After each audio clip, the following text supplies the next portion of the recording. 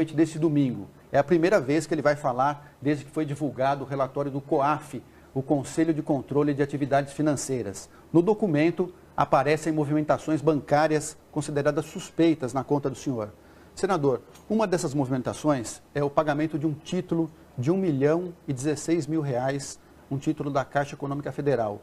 Que título é esse e quem era o beneficiário?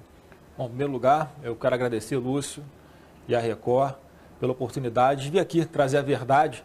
Infelizmente, eu gostaria muito de estar fazendo isso, trazer os esclarecimentos ao Ministério Público, às autoridades competentes, mas não foi nem me dada a oportunidade de fazer isso. Tem aqui um documento, que é o documento da Caixa, e eu já vou pedir reserva, porque eu quero apresentar isso aqui primeiro para as autoridades, antes de apresentar à imprensa. O foro adequado para discutir isso não é a imprensa, com todo respeito, é o Ministério Público, seja federal ou estadual, dependendo do que o Supremo determinar. Eu vou entrar nesse assunto, mas está aqui.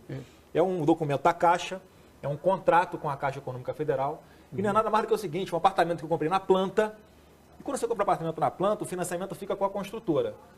Quando sai o habite-se, é quando a Caixa pode fazer o financiamento, o que você faz? Você busca a Caixa, que tem um juros menor, a Caixa vai, paga a sua dívida com a construtora, e eu deixo de ser devedor da construtora e passo a ser devedor da Caixa.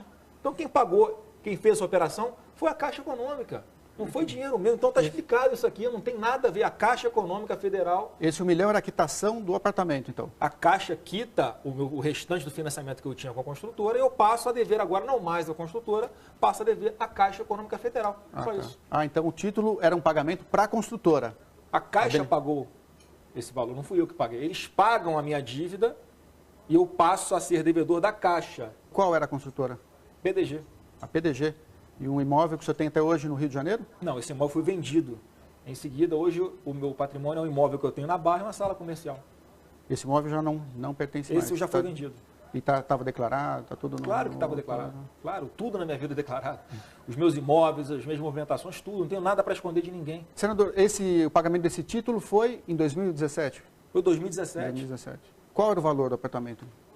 Olha, esse título aqui, o que eu estava devendo, era um pouco mais de R$1 milhão. E aí a dívida passa da construtora, que estava ali, foi onde eu comprei o apartamento na planta, e eu passo para a Caixa, nada além disso. Simples de explicar. Agora Caixa quitou o apartamento e o senhor passou a dever o valor do apartamento para a Caixa, era normal. Essa é a burocracia do financiamento, né? Então, assim, não tem nada demais nessa questão aí, por exemplo. Esse apartamento depois foi vendido já depois que o senhor terminou o financiamento com a Caixa? Não, foi vendido, foi encerrado. Foi vendido em seguida esse apartamento. Então, se procurar lá na conta, acabou que houve um atraso na entrega do imóvel e eu precisei vender. Então, todo mês tem o pagamento para a Caixa, depois disso débito na conta.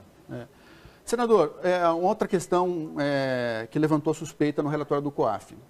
Entre junho e julho de 2017, no prazo de um mês, o senhor recebeu 48 depósitos em torno de R$2.000. Foram em 3 meses, né, R$96 mil, em que eles tentam, de uma forma muito baixa, querer insinuar que a origem desse dinheiro tem alguma coisa a ver com um ex-assessor meu ou com terceiro. Não tem.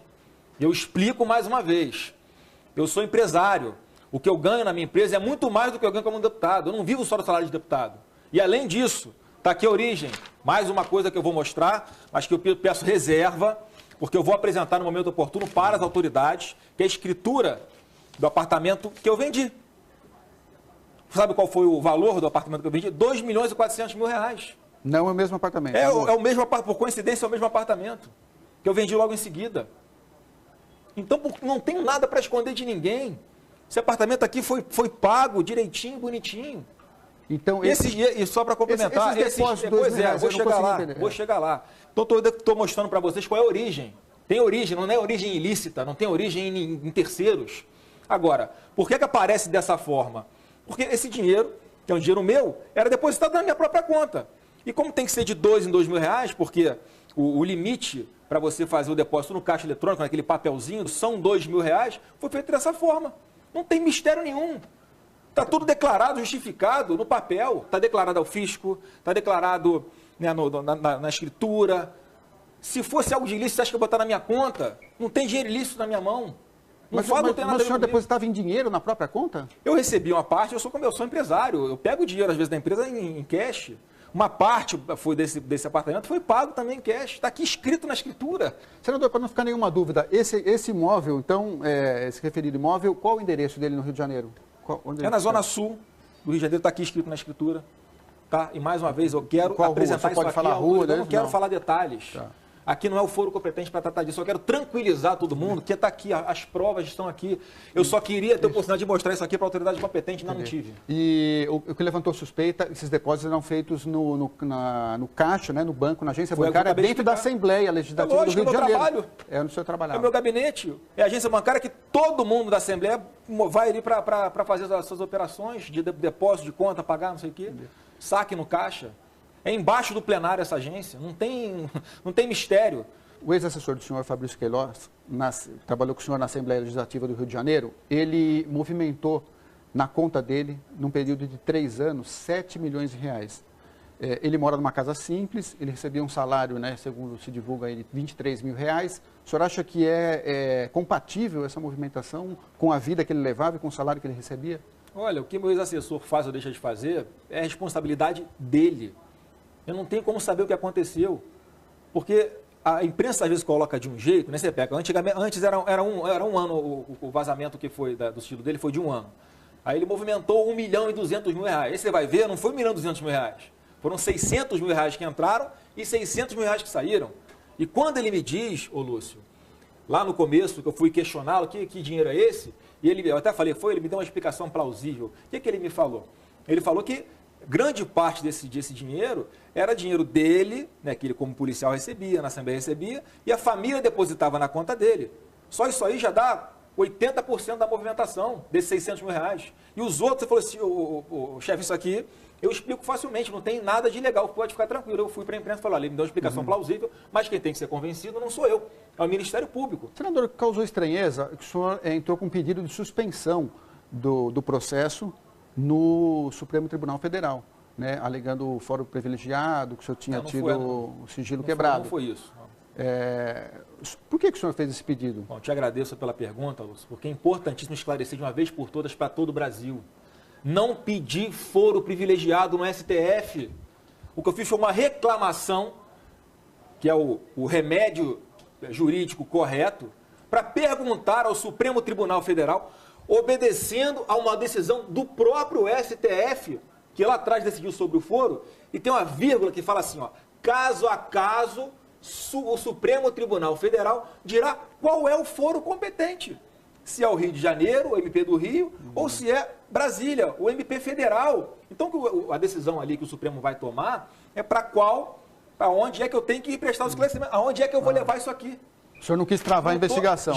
Dentro do corpo disso, eu já informei ao Supremo as atrocidades que estão acontecendo aqui comigo. Meu sigilo bancário quebrado, sem autorização judicial. Provei ali que, além de quebrarem o meu sigilo sem autorização, Lúcio, eles deram publicidade para isso. Por que essa pressa? Tudo no seu tempo, eu vou prestar esclarecimento à autoridade competente. Por que essa perseguição comigo? Senador, o que levantou muita suspeita é o seguinte, existe uma prática nas assembleias de todo o país, câmaras municipais, até no Congresso, de reter uma parte do salário do funcionário. O deputado, o vereador, contrata e depois recebe um percentual do salário do funcionário. O senhor alguma vez reteve o salário de alguém que trabalhou com o senhor na Assembleia? No meu gabinete, não. E se eu soubesse que alguém estivesse cometendo isso, eu era o primeiro a denunciar e mandar prender. Porque todo mundo sabe, quem me conhece, quem me acompanha no dia a dia, sabe que não tem sacanagem comigo.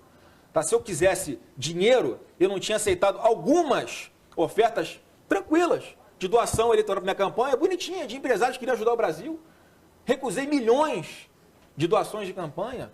Não quero fazer isso, digo mais. Em alguns períodos no meu gabinete, cargos ficaram vagos. Se eu tivesse o intuito de ganhar dinheiro com isso, eu acho que ia deixar cargo vago. Quantos funcionários o senhor tinha na LERJ? No gabinete são 20, mais ou menos. 20. Aí varia, os cargos podem ser fracionados, tá, mas nunca foi, meu gabinete é enxuto, funciona, todo mundo trabalha. Todos recebiam salário integral? Todo mundo trabalha, galera. O que a pessoa faz com o dinheiro dela, não tem como controlar. Senador, voltando no assunto do STF, o pedido que o senhor fez ao STF, relativa à investigação feita pelo Ministério Público do Rio de Janeiro.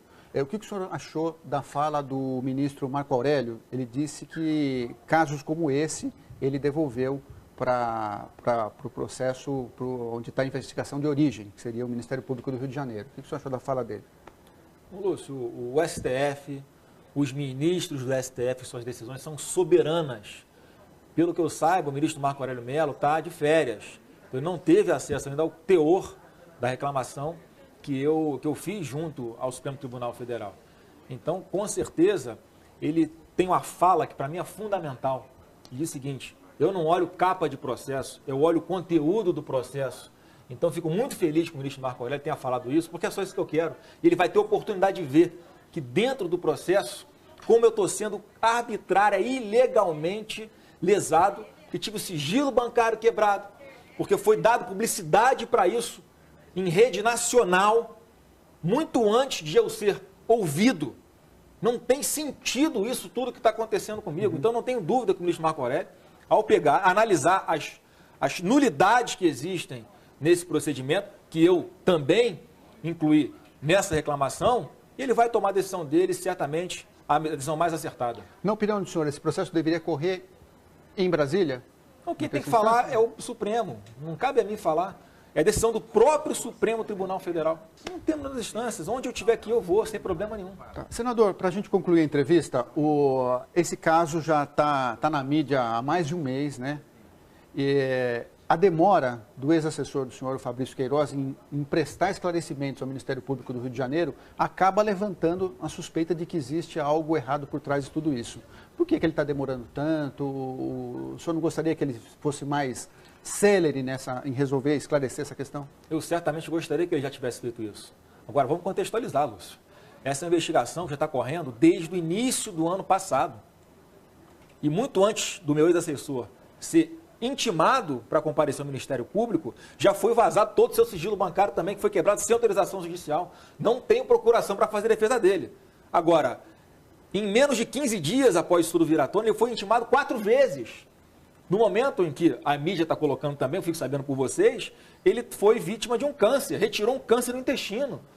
É lógico que eu tenho interesse que ele fale o quanto antes, mas é uma coisa que foge ao meu controle. O senhor esteve com ele ontem, hoje? Não, aqui claro em São Paulo, que não posso nem chegar, porque eu não ligo para ele, não falo com ele, para não ter qualquer dúvida, qualquer suspeita de que eu esteja combinando alguma coisa com ele. No contato zero. Ok. Agradeço a entrevista. Tá bom, agradeço. Muito obrigado.